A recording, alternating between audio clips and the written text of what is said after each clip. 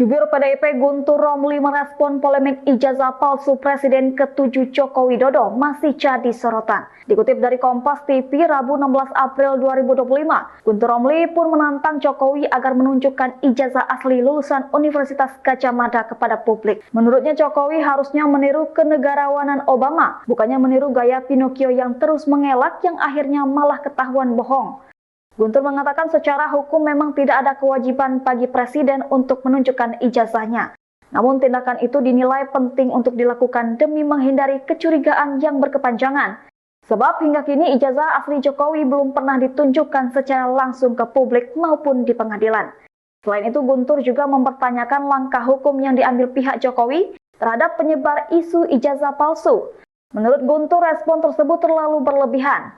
Diketahui sebelumnya kuasa hukum Jokowi Yakub Hasibuan menegaskan pihak yang harus membuktikan adalah pihak yang menyebar ijazah tersebut palsu.